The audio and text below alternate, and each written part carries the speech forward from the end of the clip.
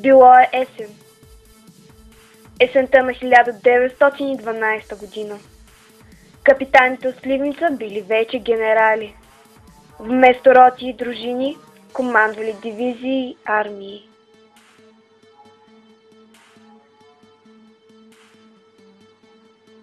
Героите от войната през 1885 година изпращали на бойното поле своите синове, които, както бащите си, тръгвали на война с радостни сълзи и песни като на сватба.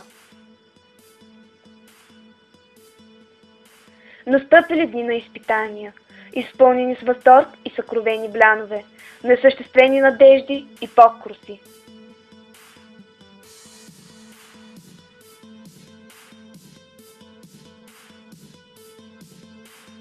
Причините за участието на България във войната са заложени в крайно несправедливите решения на Берлинския конгрес, който оставил извън пределите на новоосвободеното отечество големи територии, населени с българи. От тук произтекла и политическата цел на войната – обединението на българските земи.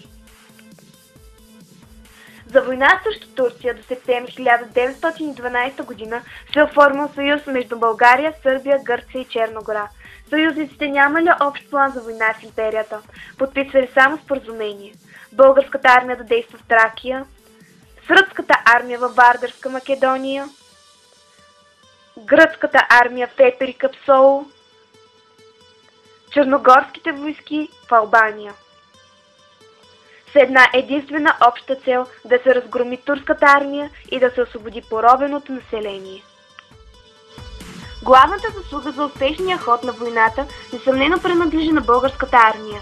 Нейн официален главнокомандващ е цар Фердинанд, но фактически ръководител е генерал Михаил Савов.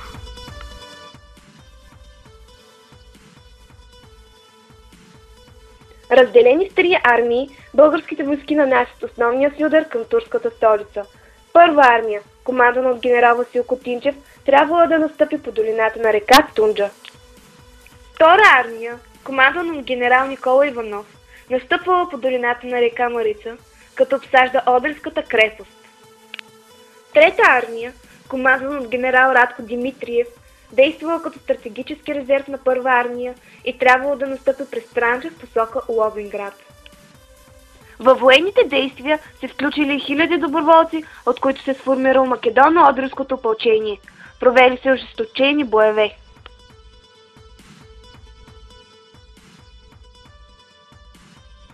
На 30 май, нов стил, 1913 година, се подписва Лондонския мирен договор, който слага край на Първата Балканска война.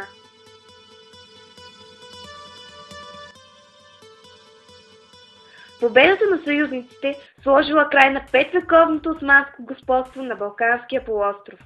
Империята изгубила всичките си владения на полуострова, с изключение на тясна ивица територия по северния бряг на Мраморно море.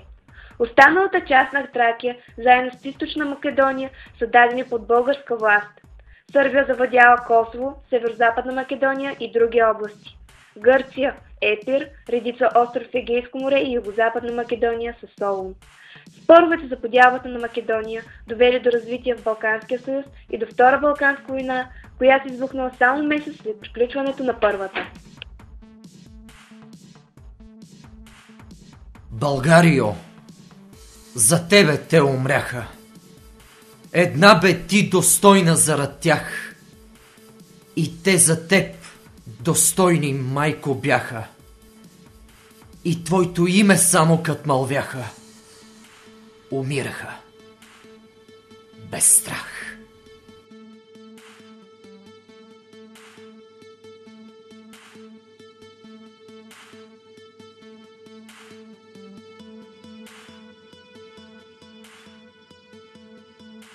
Интервю с Добри Великов.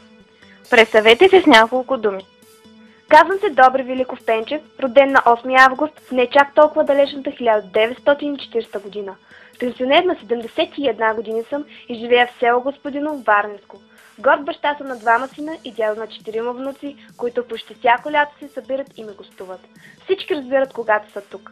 Пълна ли е къщата с веселие и смях, пълна ме и душата. Според вас, какво се отличава вашето поколение от днешното спрямо отношението към историята?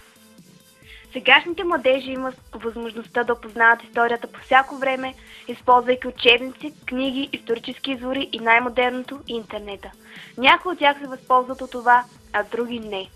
Спомням се как по мое време нямахме тази възможност и може би точно това отличава нашето поколение от днешното.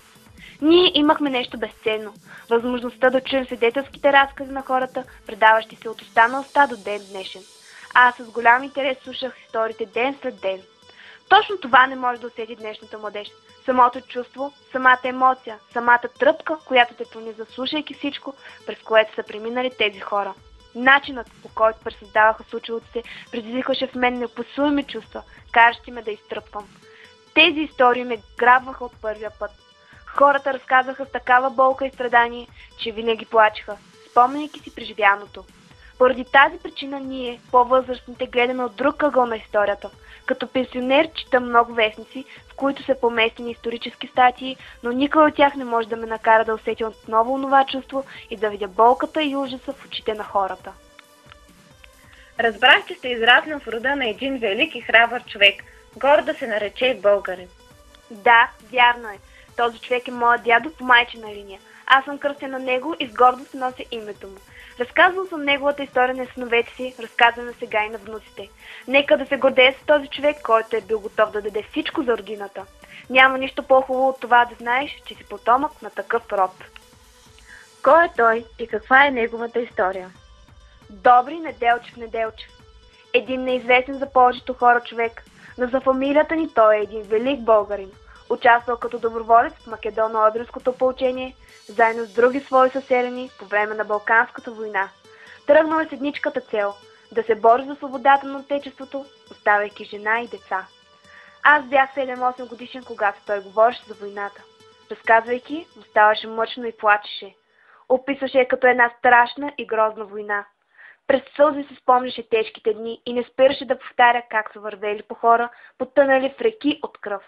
Войната е била безмилостна и жестока, много тежка и сурова. Голяма част от воюващите са загивали от глад и различни болести. Разказваше, че им било наредено да убиват наред по селата, през които минават, а който посмел да се откаже от битката, го убивали.